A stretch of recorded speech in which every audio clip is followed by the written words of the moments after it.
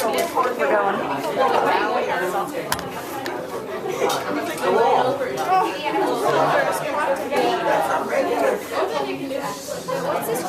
guys, let's focus up here. Are we ready?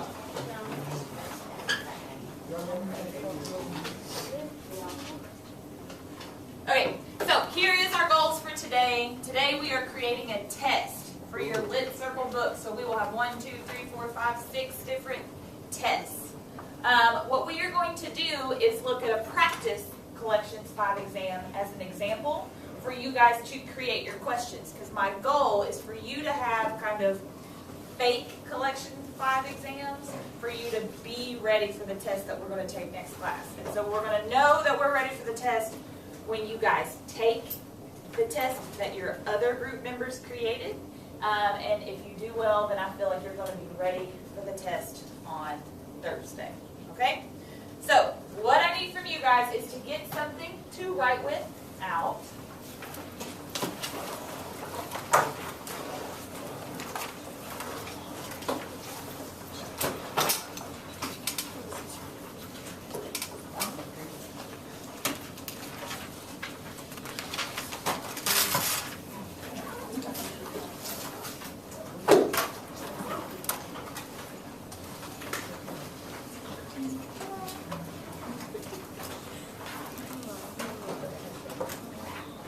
Boom. Alright guys, let's look at this first slide that's on your handout and talk. So, you're basically going to split your literature circle groups in half.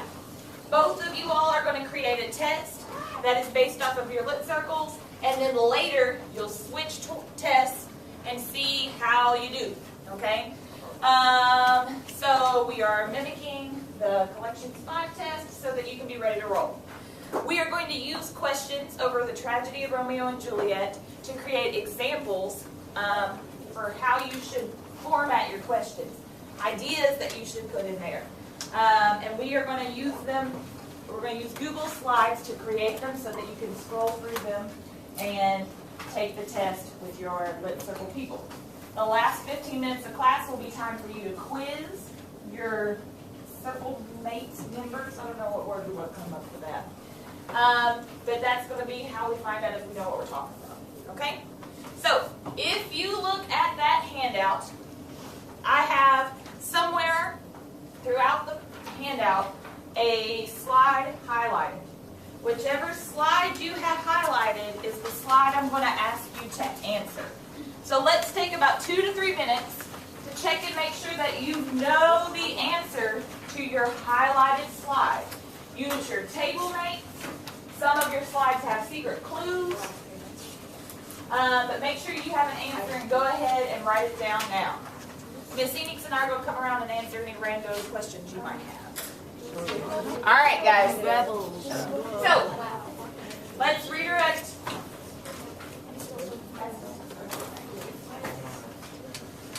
All right, so what we're doing, we are going to go through each of the questions and we're going to make sure we know the answer to them. The practice Romeo and Juliet question.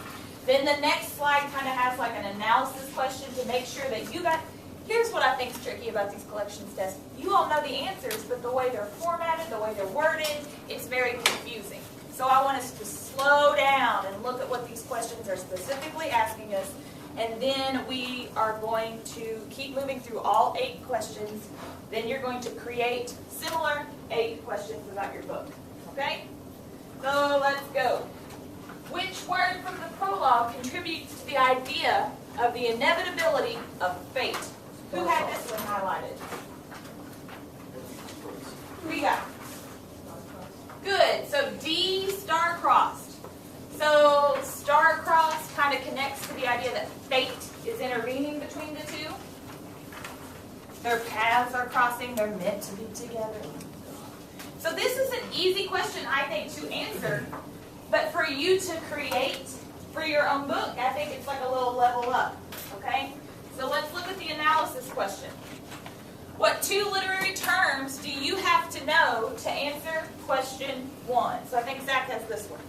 Tone and theme. So you need to know what tone means, and you need to know what theme means. So looking back at question 1, what part of that question is asking you to understand the theme? What part of the question is asking you to understand the term theme? The idea of the inevitability of fate. Very good. The idea of the inevitability of fate. That's a theme from Romeo and Juliet. So it's basically asking you which word from the prologue contributes to the idea of the theme. So when you're creating your test, you're going to have to come up with a theme. Luckily, all our lit circles have the same theme, so that you might have something like survival or something. And then where do you see the part of tone? I think this part's harder.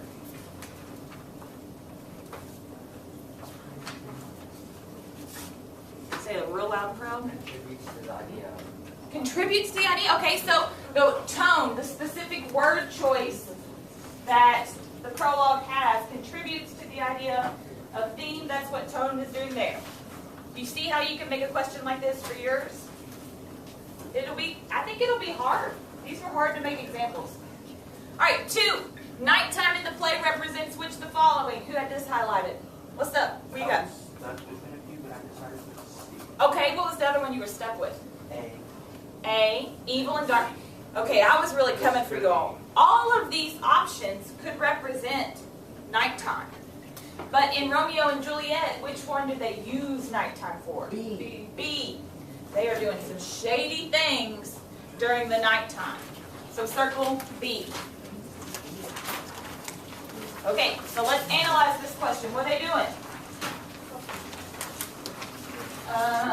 Question 2 is asking what nighttime what? We got. So it's asking you to identify a symbol in your book and then create a multiple choice question that gives the symbol and then gives you options for what that symbol symbolizes. That was hard for me to say. Okay? So you're going to have to think back in your book and identify what it symbolizes. Or a symbol and then what it symbolizes. So to me, like when we read night, that fork that Ellie's father gave him, what did that symbolize to him? That's a while back. Did we get to read? We read night. Yeah. No, we Yes, didn't. We read the thing from the text. The little snippet. Yeah. And so he's going through selection, and the dad thinks he's going to be killed, and he gives him a fork. So what did that fork represent to Ellie? Protection. Protection? Possibly. Yeah, I think it's like his dad's legacy. The word he uses was his inheritance. So when you create your test, you're going to have to find a thing in your book that is symbolic. It is bigger than what it represents. Than like, literally. All right, next. Thank you. Shakespeare uses words like death march, blood, and misadventure to evoke a sense. I had tragedy. Ooh, okay. Good job. A, tragedy. All of those words are coming together to create, let's see what the next analysis question asks. So I think that's the way. The term in question 3 asking you to, is, what are you trying to demonstrate a knowledge of? Tone. T-O-N-E. So when I created this question, I went through the prologue and I picked specific words that created a tone, and then I did my multiple choice questions with like options that were slightly close and some that were very much off. You think you'll be able to write a good question like that? I think you might need to pick like a specific page and just work off a couple pages. Might be an idea. All right, next. Which statement best describes the overall theme of the play? Do you have it highlighted? Where's my highlighted person? What you got, Tay? Fate is Inevitable. Good. Good. I like A. Kids will always make bad choices, even though that's not what it is. Okay. So B, fate is inevitable. So you're coming up with multiple themes, but only one of them is correct. If you want to spice this up, you can always do best describes. So these are sometimes like collections really likes to make you think like all of them apply, but which one best applies. Next. What makes question 4 tricky? Oh, I kind of gave you a clue. Who had this highlighted? What do you got? That one, Yeah. Yeah. So that I'm telling you all, they're really good at this. They're having 4 options that kind of loosely apply to the play. So when you create your test, you might want to make options that are like somewhat the answer, but we are looking for the best answer. So these are the 8 formats for your 8 questions about your lit circle. We have about 55 minutes until the end of class, and I would like, I'm doing math, at 9:40, I would like for you guys to switch computers and take the test, okay? So like if 2 people are working on a test, switch, and you guys are going to take them, and you will turn in the results of your test, okay? So just to be super clear, here's some like little cheesy stuff. If you look at the front of the handout, I want you guys doing this on slides.google.com. So I've got the website there. I'm sure you already know it.